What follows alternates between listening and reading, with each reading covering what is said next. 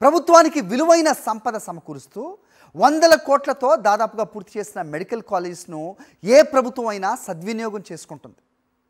ప్రజలకు ఆరోగ్యం, అటు విద్యార్థులకు వైద్య సీట్లు చెరువులు అందుబాటులో వచ్చేలా అన్ని చర్యలు తీసుకుంటుంది.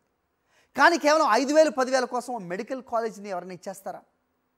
అన్ని వసతులతో సిద్ధమైన ప్రభుత్వ వైద్య కళాశాలల భవనాలతో సహా అప్పగించేస్తారా? అవి కూడా 1, 2 కాదు, ఏకంగా 10 కాలేజీలు. బాబు సర్కార్ మాత్రం సరిగ్గా ఇదే చేస్తోంది. ఆంధ్రప్రదేశ్లో అన్ని వసతులతో రూపుదిద్దుకున్న ప్రభుత్వ మెడికల్ కాలేజీలను ఎకరం 100కే ప్రైవేటు వ్యక్తుల చేతుల్లో పెడుతోంది కూటమి సర్కార్.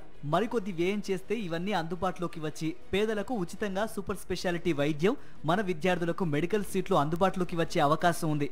అయితే టీడీపీ పెద్దలు ప్రజారోగ్య పరిరక్షణ బాధ్యతను గాలికొదిలేసి పప్పు బెల్లాల మాదిరిగా ప్రభుత్వ వైద్య కళాశాలలను తమ సన్నిహితులకు కట్టబెడుతున్నారు.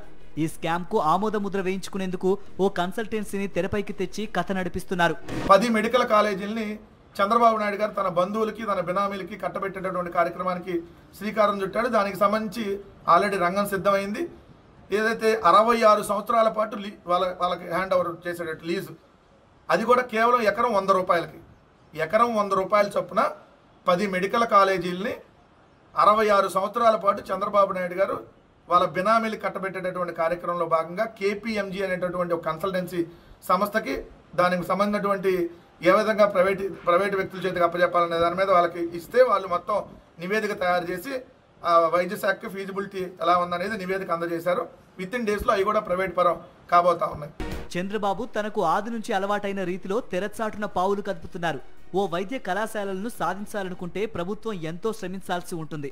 అలాంటిది ఈ ప్రభుత్వం ఒక్క కాలేజీ కూడా తీసుకురాకపోగా ఇప్పటికే మంజూరై దాదాపు పూర్తయిన ప్రభుత్వ వైద్య కళాశాలలను ప్రైవేటుకు అప్పగించి చేతులు దులుపుకోవడం వల్ల వైద్య సేవల కోసం అటు పేదలు వైద్య సీట్లు కోల్పోయి ఇటు విద్యార్థులు తీవ్రంగా నష్టపోతున్న పరిస్థితి స్పష్టంగా కనిపిస్తోంది. పేదలకు వైద్యం, పిల్లలకు చదువులు సమకూర్చడం ప్రభుత్వాల కనీస బాధ్యత. ఈ రెండింటిని నెరవేరుస్తూ గత ప్రభుత్వం ఒకేసారి మెడికల్ కాలేజీల నిర్మాణాన్ని చేపట్టింది. పులివెందుల మెడికల్ కాలేజీ హాస్పిటల్ 45.78 ఎకరాల్లో ఉంది. ఒక ఎకరం 2 నుంచి 2.5 కోట్లు విలువ చేసి దాదాపు 100 కోట్ల రూపాయల విలువైనటువంటి భూములు. సో దాన్ని కేవలం ఎకరం 100 రూపాయలు చొప్పున, అంటే 45.78 ఎకరాలకు సంవత్సరానికి 4,700 రూపాయలు అద్దె చెల్లిస్తే చాలు. అంటే లీజు 4,700 రూపాయలు సంవత్సరానికి కట్టేస్తే హాస్పిటల్లో చంద్రబాబు నాయుడు గారు బంధువులు అయిపోయింది 4,700కి 66 సంవత్సరాల పాటు. హాస్పిటల్, మెడికల్ కాలేజీ వాళ్ళ ఇష్టం, ఇంకా అమ్ముకోవటం, సీట్లు అమ్ముకునేది వాళ్ళ ఇష్టారాజ్యంగా అమ్ముకోవచ్చు. అక్కడ ఏదైతే వాళ్ళు అక్కడ హాస్పిటల్లో వాళ్ళ ఇష్టాన్రీతిగా ఫీజులు వసూలు చేయొచ్చు, కాలేజీలో ఇష్టాన్రీతిగా సీట్లు అమ్ముకోవచ్చు. ఈ రాష్ట్రంలో దేన్ని కూడా వదలకుండా అమ్ముతున్నారు. ప్రజలను కూడా అమ్మకానికి పెట్టాడు. ఆల్రెడీ P4 అనేటటువంటి విధానంలో ప్రైవేటు వ్యక్తుల చేతికి అమ్మకానికి పెట్టాడు. అయితే మాజీ సీఎం వైఎస్ జగన్ పట్టుదలతో సాకారమైన ప్రభుత్వ నూతన వైద్య కళాశాలలను PPP పేరుతో ప్రైవేటు విద్యా సంస్థలకు కట్టబెట్టే ప్రయత్నాలను టీడీపీ కూటమి సర్కారు ముమ్మరం చేసింది. ప్రభుత్వ కళాశాలలు, బోధన ఆసుపత్రులను ప్రైవేటుకు ఏకంగా 66 ఏళ్ల పాటు లీజుకు ఇవ్వడంతో పాటు వైద్య సేవలకు పేదల నుంచి ముక్కుపిండి డబ్బులు వసూలు చేసే హక్కు కల్పిస్తోంది.